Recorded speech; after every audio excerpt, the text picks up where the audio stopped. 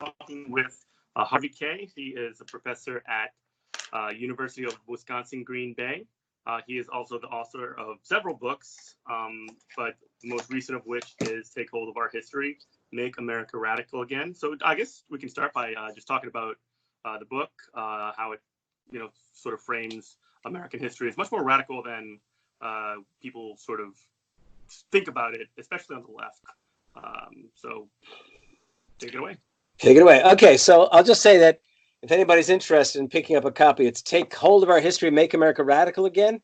And it's actually a collection of my speeches and essays of the past 10 years, kind of like a running commentary and an activist commentary on the Obama and then I guess Obama and Trump, early Trump. That's a good way of putting it. What it is this. So I did two books before I published this collection. One was Thomas Paine and the Promise of America, and the other one was The Fight for the Four Freedoms. Way back, I've actually written 9 books, just for the record. And they include early works. I did a major book on the British Marxist historians. I did a book, Why Do Ruling Classes Fear History? I mean, it's over many years. I'm 70 years old now. But the main thing to consider is this book, Take Hold of Our History, is basically my argument that the American experience, contrary to what conservatives want us to believe, and contrary to what too many people on the left have forgotten,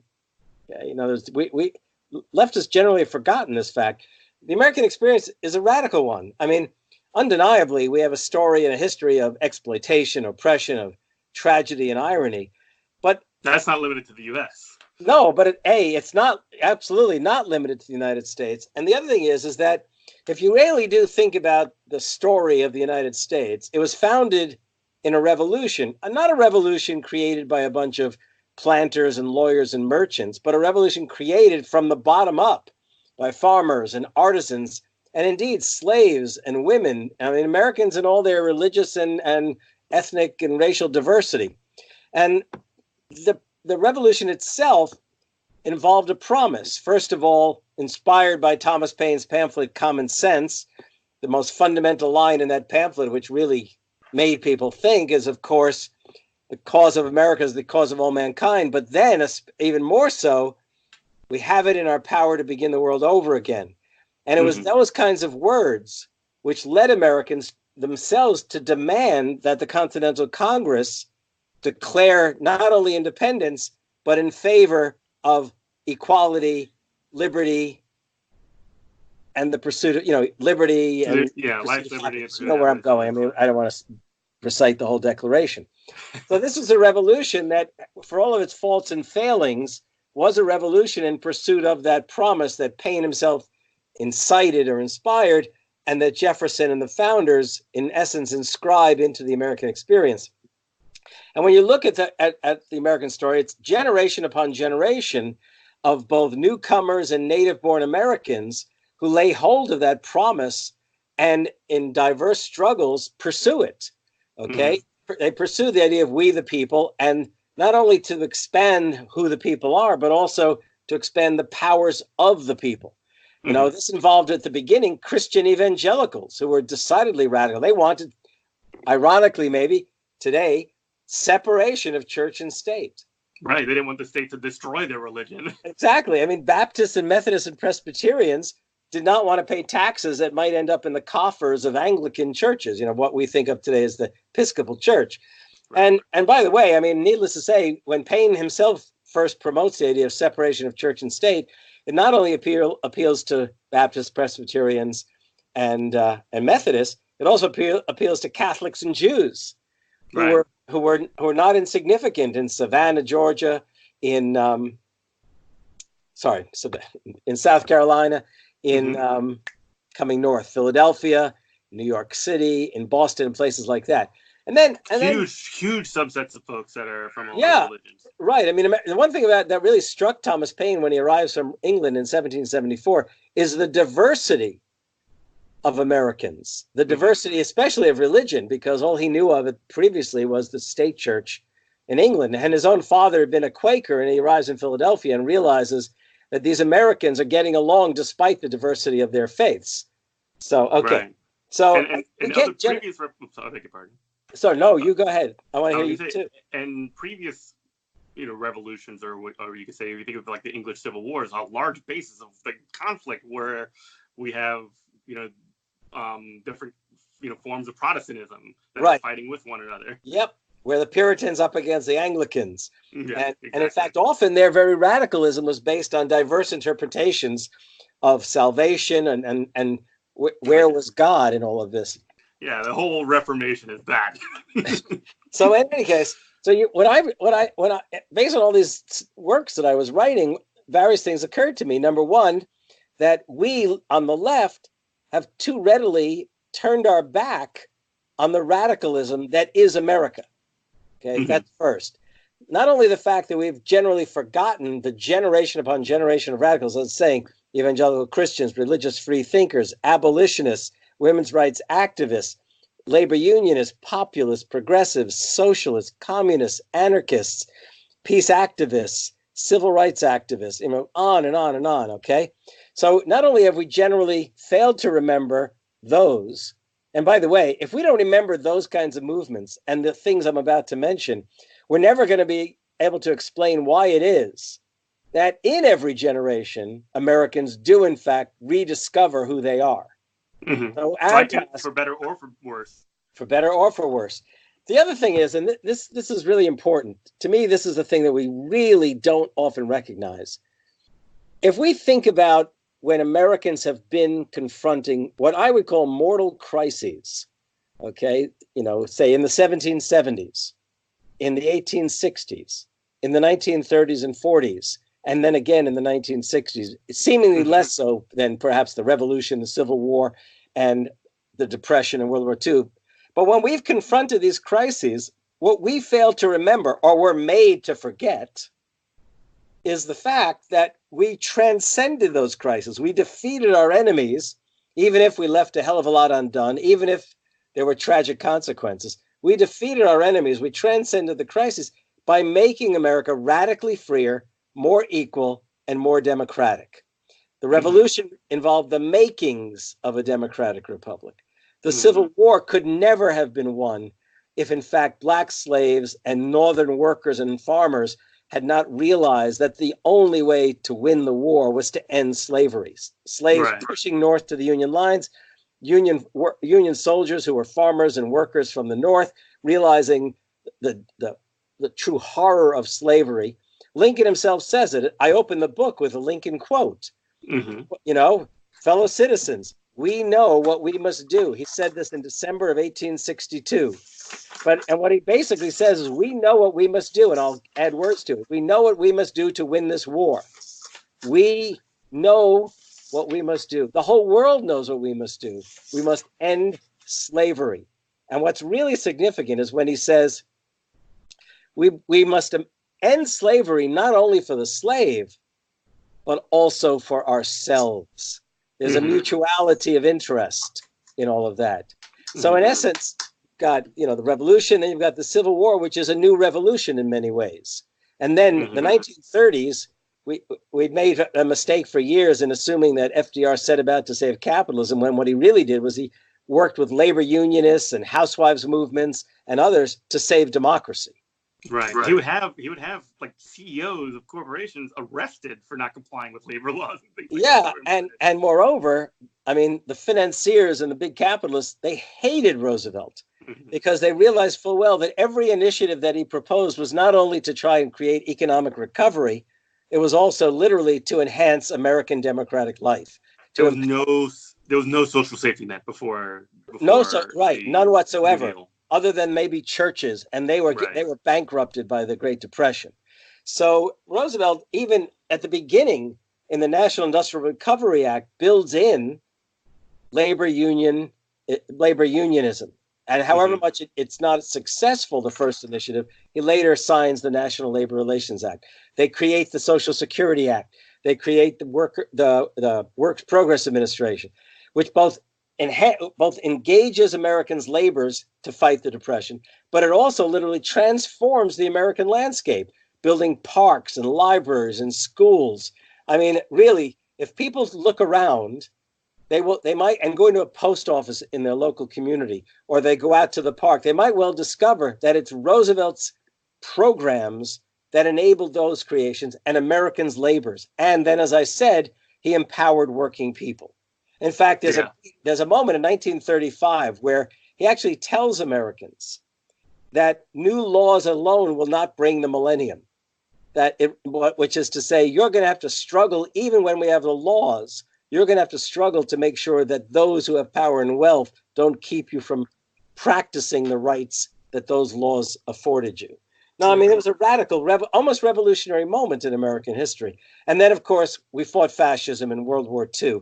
And we completely forget, because the Republicans over and over again, and the Democrats with them, they emphasize the war effort, which is imperative, of course.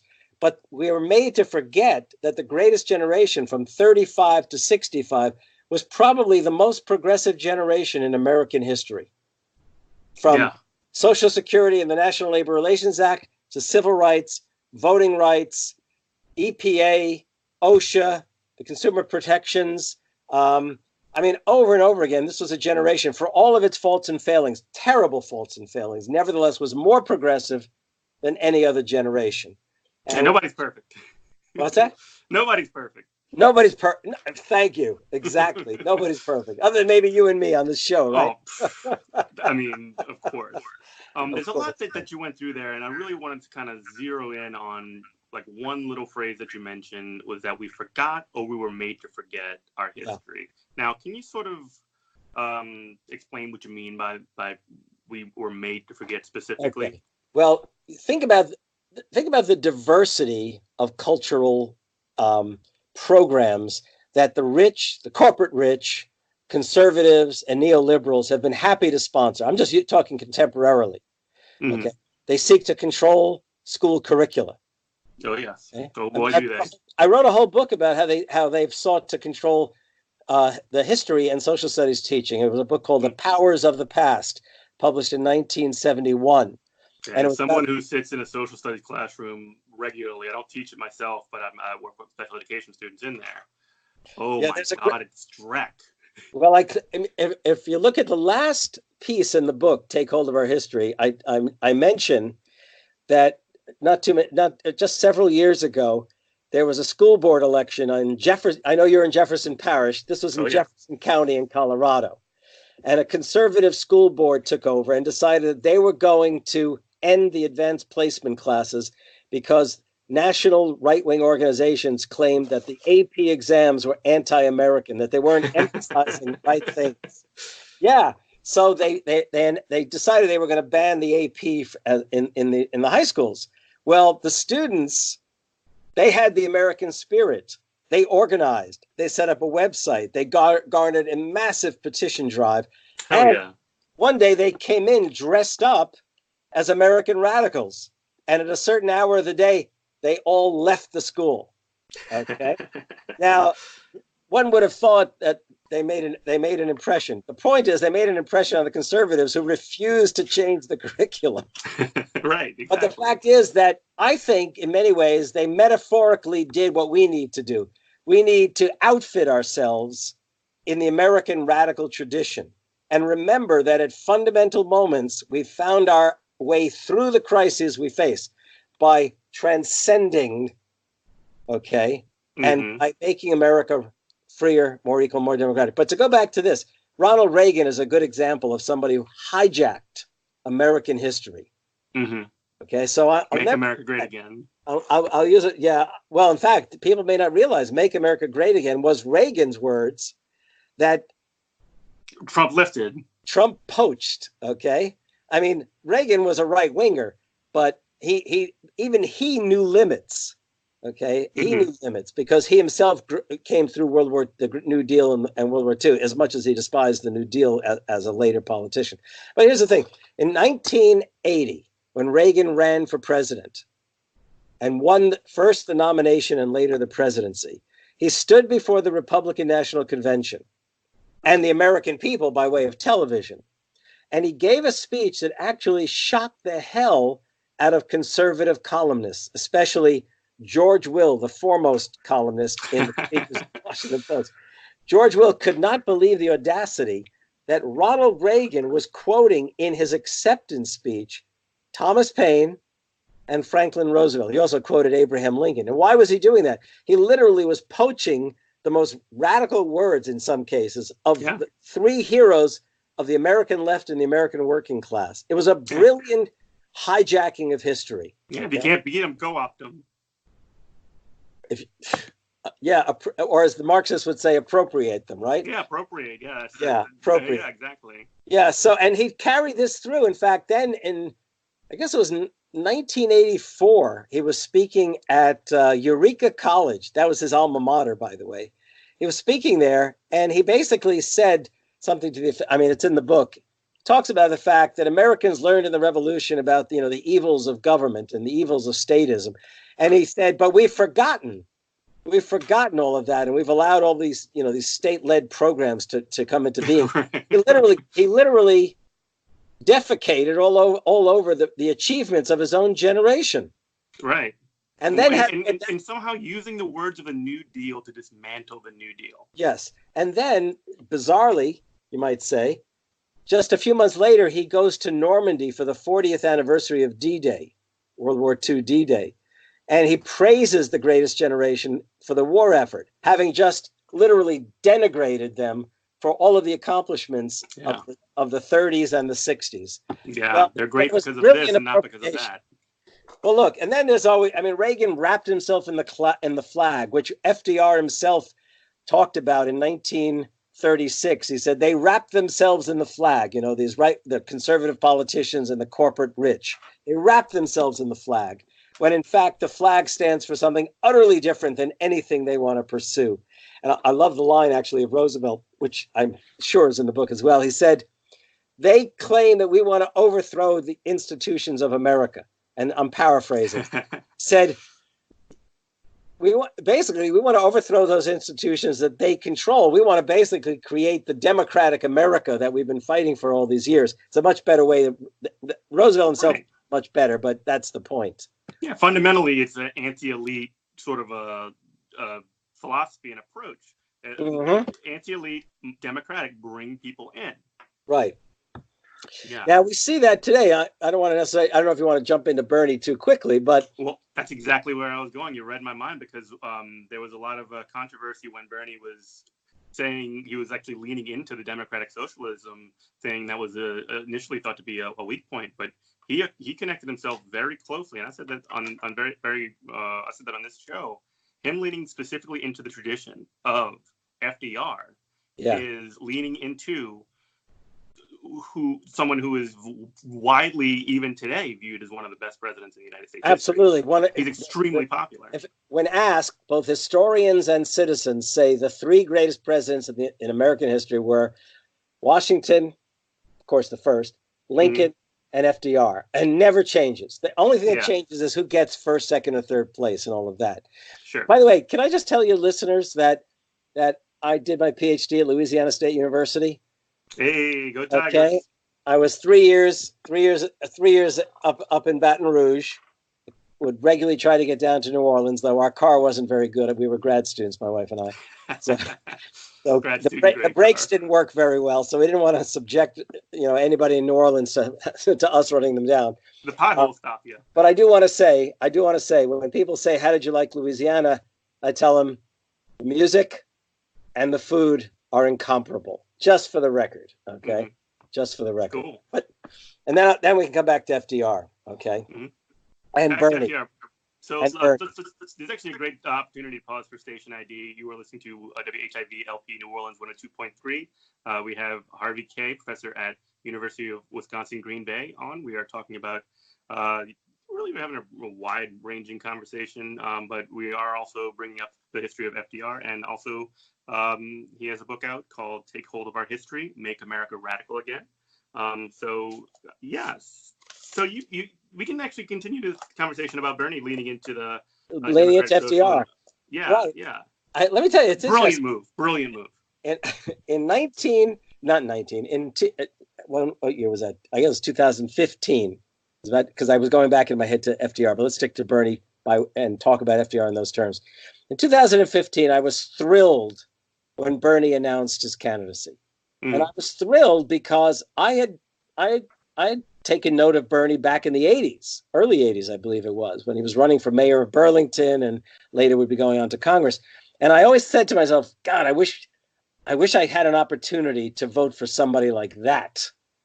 So then, after all those years, I couldn't believe it. Well, here's the thing. So I embraced Bernie, and I were of the same sort politically. There was no question about it, democratic socialism.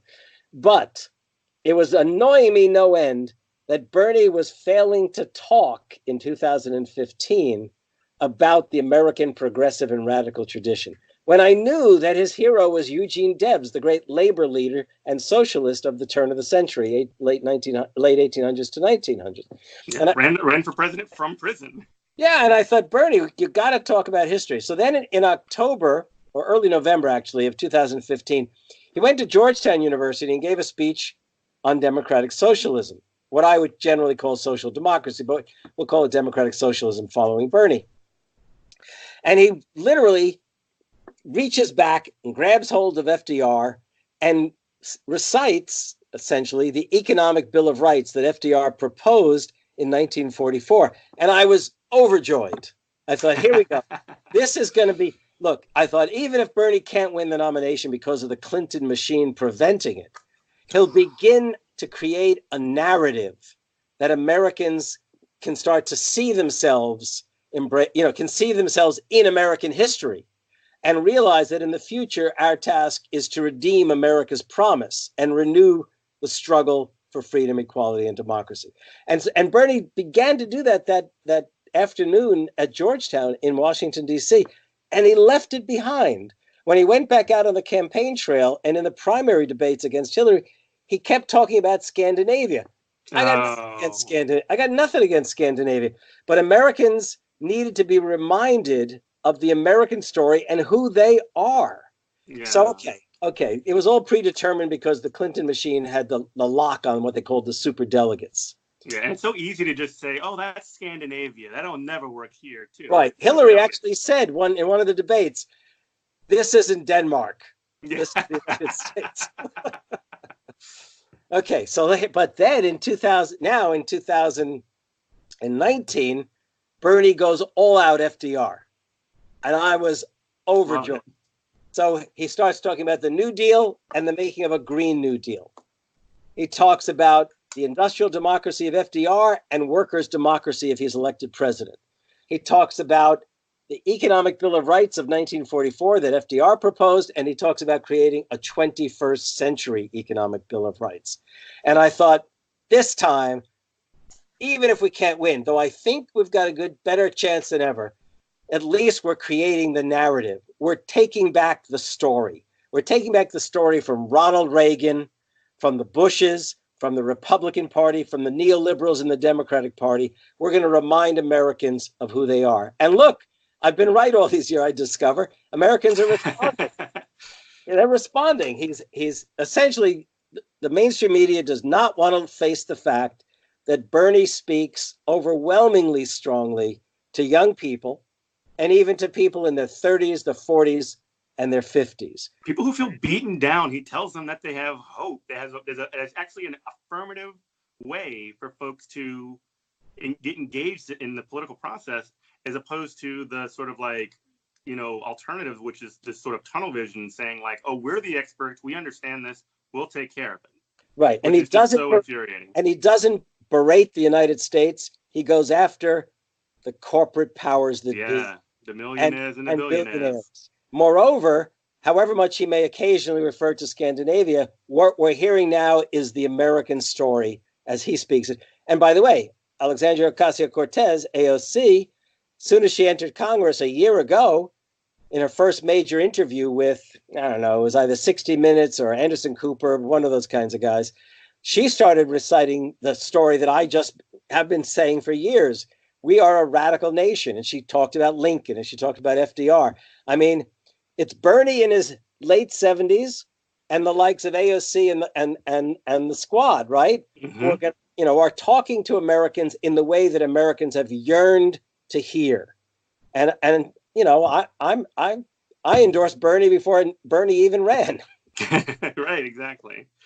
So yeah, that's really interesting. And so I guess one of the things that I really also appreciate too is like specifically the labor plan that he put out is literally called the Workplace Democracy Act. Yes. Which is just so like exactly right, because it takes away, because when people think about work in today and for as long as I can remember, basically the sort of idea that even comes from even some union leaders is that you're supposed to be, the boss is the one that's in charge. Yeah.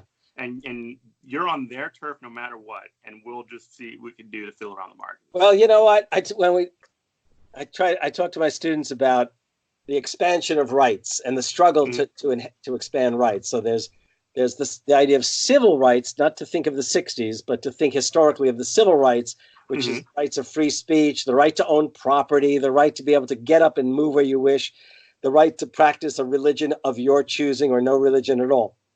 And then there's political rights, which fundamentally mean the right to vote, but also the right to speak freely, not only outdoors, but to speak freely in a political fashion and choose your representative, or choose that you want, to take your representative out of office.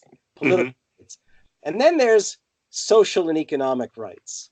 Now, back in the 30s, the creation of the National Labor Relations Act, known as the Wagner Act, that was called industrial democracy, because the idea was to give workers a voice in industry, a democratic voice. Now, the idea also was to empower workers to demand more from the bosses, because the only way you'd get America out of a depression was to raise wages. That was the key. So in the 30s, they talked about industrial democracy. And then, of course, we've seen 45 years of class war by the corporate rich against working people. And they've mobilized culture wars, to divide Americans by race, by ethnicity, by faith. I mean, over and over again. Divide and conquer. Classic. Divide and conquer. That's right. So, but here's Bernie, Bernie is talking about changing America in the same way that FDR spoke, but Bernie has a sense of history that you don't go back, you grab hold of the legacy and you make a new legacy for ourselves. Yeah. And there's this, if I can quote, in 1900, there was a progressive and populist journalist named Henry Demarest Lloyd. And there's a line of his that I absolutely love. And this too is in the book. The line is, to defend liberty requires more than vigilance. If you're going to defend liberty or freedom or democracy, you not only have to defend the rights you have to create new rights for your children. In other words, you can't allow the status quo to define America. Okay? Yeah. You must pursue the enhancement of democracy to defend democracy. That's almost like the Zen line that you can't stand still on a moving train. Yeah. In essence, that's the case. But I mean, that's a little bit more far-reaching, and I really like that. You need to be pushing forward, otherwise you're not going backwards. Right. You can't say still. Right. That's right. Because Howard Zinn was talking about activists themselves, and this is the grand idea that we're all in this, and if we're going to have democracy, we're going to have to enhance it, make democracy more democratic. In fact, there was a political figure, Al Smith, the first Catholic to run for president on the Democratic, first president ever, 1928. Now, Al Smith later becomes a fairly conservative figure and actually attacks FDR. But there was a great line of his. He said, the only cure for the ills of democracy is more democracy. Yeah. That so I guess sticking on, since we've circled back to FDR, there is a phenomenon that sort of developed. I'm not exactly sure when. You'd probably better to determine this, but I know that you've talked about this, and I know Adolph Reed has written about this, about how the New Deal is somehow like a racist approach, or somehow racially exclusive. Can you sort of describe how that argument sort of came about? What is sort of the dynamics of it, and then just please quickly dispatch that argument. Okay, first we need to understand what the New Deal entailed and what had to be left out. Okay, so Franklin Roosevelt and the Democrats of the day, and let's not forget the Democrats of those days were composed of not only Northern Democrats, who were in many ways, who were actually people that Southern Democrats had on their, had on their enemies list, Catholics and Jews and African Americans who had gone north. Okay, and Southern white supremacist Democrats. So you had this schizophrenic party, you might say. Okay, the Southern Democrats, by the way, they didn't mind the New Deal because it gave money into the South, which was literally the poorest, was horrifically poor, the South. They didn't mind as long as the monies wouldn't go into the lives of African Americans. Okay, let's start here. So when FDR proposed legislation, there was nothing racist in the legislation. Okay, it was intended to be universal, as the 13th, 14th, and 15th Amendments demanded. And Roosevelt himself was not a racist or an anti-Semite or anything like that. Okay, but here's the thing: to get laws through Congress like Social Security and the National Labor Relations Act and others, it meant that the Southern Democrats, who controlled the committees in Congress, because committees in Congress are chaired by way of seniority. And once you were elected in the South, because the Democratic Party was basically the South was a one-party region, as it is today, pretty much. And so once you were elected, unless I don't even know what would have gotten you out of office, but Democrats stayed in office in the South. So in essence, as years go by, their seniority increased and they chaired the committees. So FDR proposed Social Security for all Americans. But the Southern Democrats, and perhaps there were Western Democrats and Republicans too, who said, no, let's exclude certain categories of workers. Because according to the Constitution, you could not exclude people on race or religion. But you could exclude occupations. There was nothing in the Constitution to keep you from excluding occupations. So when Social Security and the National Labor Relations Act came up, guess what they excluded? Agricultural workers and household workers. So in other words, huge institutions or Southern Southern blacks, Mexican Americans in the Southwest, and probably a lot of Irish maids up north. Okay, so in essence, huge carve out. So in the 60s, as people look back, to the New Deal, they said, whoa, these were racist laws, but they weren't racist laws. FDR thought, get the law passed. If people are excluded, you work to include them. And by the way, in the course of the Truman and then Eisenhower presidencies, Democratic and then Republican presidencies, the Social Security and National Labor Relations Act, at least Social Security, was expanded.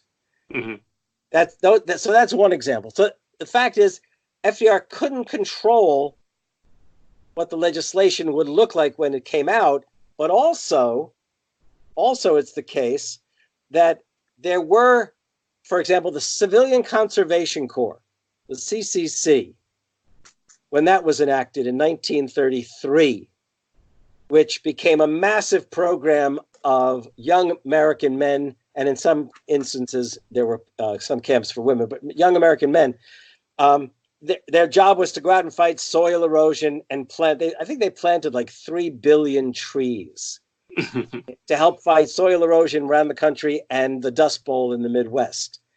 So, okay, when they did that, the Southern Democrats would set it up as legislation so that there were state agencies running some of these operations, and then they would insist on having the appointment of maybe a white racist in those states. So there were always these obstacles that came up. However, let's keep in mind, many of the appointments that FDR made were folks who themselves tried to undo the segregation. Give you an example. Harold Ickes, who was the Secretary of the Interior, who was with Roosevelt from the day he went into office to the day he died in office. Harold Ickes was a progressive Republican from Chicago who himself had headed the NAACP in Chicago. and had also worked closely with Native American reservations in the upper Midwest and the West. And Ickes made sure that in the Department of Interior, as he was Secretary of the Interior, he desegregated the department building. By the way, that sounds like not a big thing, but Washington, D.C. was a segregated city. Woodrow Wilson had basically segregated D.C. But what Ickes did is he ended segregation in the Department of Interior, and he made sure that the New Deal included the reservations, okay, out west for Native Americans. So there were those folks. Harry Hopkins, who headed the Works Progress Administration, appointed folks in the Works Progress Administration in the South who were Black and who made it a point of recruiting African Americans into every dimension of the WPA projects. Mm-hmm. You know, one proof of the degree to which FDR's presidency reached African Americans is the fact that if you look at the birth records in the 1930s, African Americans began to name their sons and daughters Roosevelt and Eleanor. Yeah. That's really interesting. Right. So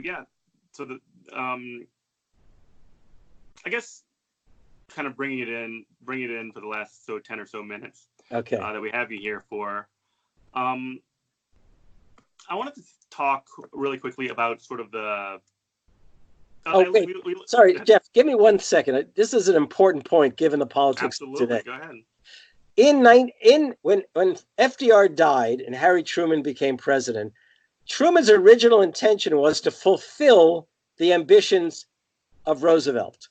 So he pushed for Medicare. I mean, universal health care. Exactly. That's exactly what I wanted to point out. He pushed for national health care. Now, it would have happened because Southern Democrat, the Southern workers wanted national health care. Jesus, they needed it. But the Southern elite said, "Oh no, we can't have national health care. It might mean we'd have to integrate the hospitals."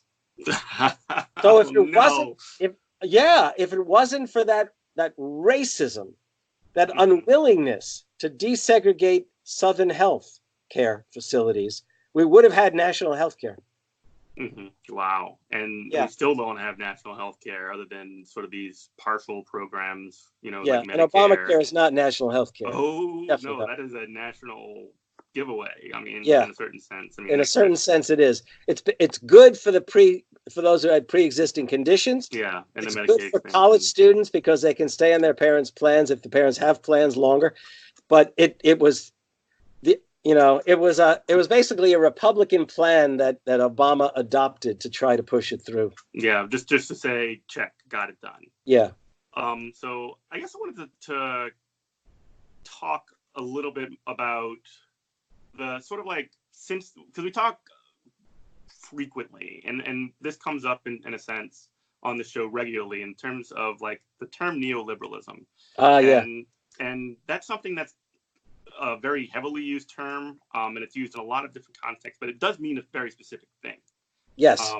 Yes. Can you just kind of go into what that means, where it came from, and sort of how can this term, which I do believe is useful, how can it be kind of pushed? Okay. Well, in fact, I almost just used it because I was going to refer to Obama as a neoliberal, and he is, and definitely Biden. Biden's just plain lying about his own story. I mean, he is definitely. I mean, it's on videotape. Called for cuts to Social Security so many times, and was more than eager to push Obama to being willing to make cuts if necessary to Social Security, Medicare. So here's the thing: we think of liberalism as a progressive politics. Mm-hmm. Neoliberalism has two roots. One of them is that in the 1970s, those in the Democratic Party who were sort of the next generation of liberals turned their back on FDR liberalism, or what I call social democracy. Mm-hmm. But they were still Democrats, and they were very much committed to a kind of identity politics. They were willing and eager to push the agenda of civil rights and equal rights for women, which were absolutely essential, and we should never ever forget how imperative those are. but they turn their backs on the question of labor and the working class, and basically programs that would enhance the lives of working people of every hue, white, black, and brown. Okay, so neoliberalism was a kind of, a disdainful term to refer to these folks who were turning their backs on the FDR liberalism. That's first. Another thing is, in Europe, it develops as a term as well, because liberalism classically referred to liberating people from monarchy and aristocracy, liberating them from oppressive government. So which in terms of the times meant market systems that were not run by the crown. Liberate markets, liberate business activity, entrepreneurialism, good term, huh? Right. which were in relation to monarchy, it's an improvement. Yes, right. And so it has these two roots. In the 1970s, there were politicians who were tired of the FDR legacy, tired of the New Deal. They wanted to, and there was an economic crisis called stagflation. Yeah. Okay. Unemployment and inflation at the same time, which is unusual. And the Democrats who led the charge against a more progressive political and economic order were Gary Hart and Jimmy Carter. Jimmy Carter pretended, you might say, to be a liberal when he ran in 76, but really he had been cultivated and groomed by the Rockefellers, okay, David Rockefeller, the head of Chase Manhattan Bank, and others, to become the millionaires and billionaires. Yep, you got it. And by the way, he was part of the same organization that George H.W. Bush belonged to, known as, and there's nothing conspiratorial, it was out in the open, the Trilateral Commission.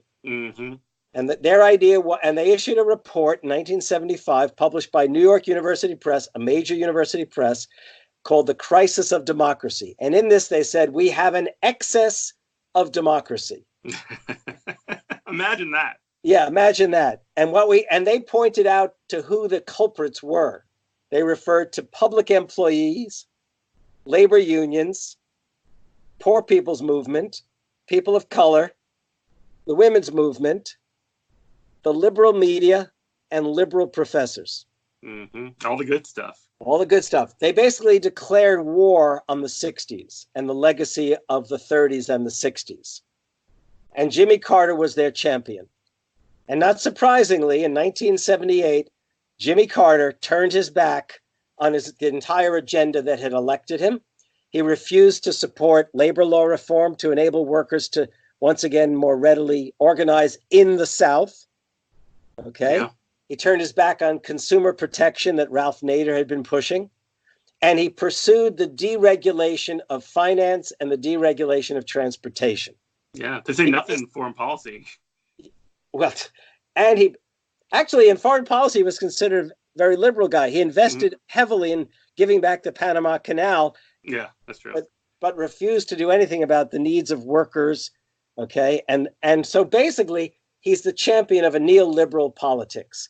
And he paves the way for the Reagan presidency. Because in 1980, most working people either switched to Reagan because they were so pissed off with the Democrats, or they stayed home. So neoliberalism, so it's Carter, and then Clinton, and then Obama. And the key word in neoliberalism is austerity. That is small government, lower taxes, break up the union. Cut. Right. And who do you think coined the term austerity in American political life? Was it Jimmy Carter? Yes. In 1978, in a series of speeches, he used the term austerity as the key word. And he also talked about liberating capital, liberating business. He would make these speeches in like a sweater from the White House, right? Just to he said, people to bundle up and turn down the heat. He said Americans' expectations were too high, and they need to turn down the thermostat, put on a sweater. Well, wait a second. This is serious business. Yeah, it's 100%. By the way, he basically said we have a crisis of confidence. And I can tell you what he did is he basically had Americans turning on each other. right? Can I trust my neighbors? Can I trust Yeah. these folks? No. Jimmy Carter may well be this nice old guy who works for Habitat for Humanity, but he's one of the worst presidents the Democratic Party has produced. Hmm. Right. So we're at 45 minutes. That's the time that we were able to kind of put out for you. But I really do appreciate you joining us on Good Morning Comrade. You're welcome back anytime. That's just fun. If a question arises you want to talk about, we could talk 15 minutes, 45, however you want to talk, okay? Yeah, cool. Well, This thank was you so fun. much, Harvey Kaye. The book is Take Hold of Our History, Make America Radical Again. I hope to get down to Louisiana again when sometime in the spring when I can eat crawfish again. Oh, this spring? Well, I don't think it's gonna happen this spring, but I can tell you I'll be down there in the next couple of years. I got to get back. Cool. Well, definitely look me up because we can do one of these in my home studio even. Oh, that'd be a blast. Absolutely. Yeah, No, but we'll talk again soon. Don't hesitate to ask if you need me, okay? Thank you so much. I really do appreciate Thank you. it. Go have a meal that I can't eat because I'm up here in the north. Maybe I can mail you a king cake or something. Oh God, Jesus. And the music. I mean, I just love Cajun and Creole music. I love this. Oh yeah, it's always a good time. Okay. We've actually been like with the local DSA, I'm a member, and I don't mean to hold it any longer. But we've actually been doing events out in Houma with some folks out there and trying to get the ball rolling out in these like rural areas. Good for you guys. More power to you. More power to you. Talk to you soon. Bye-bye. Bye.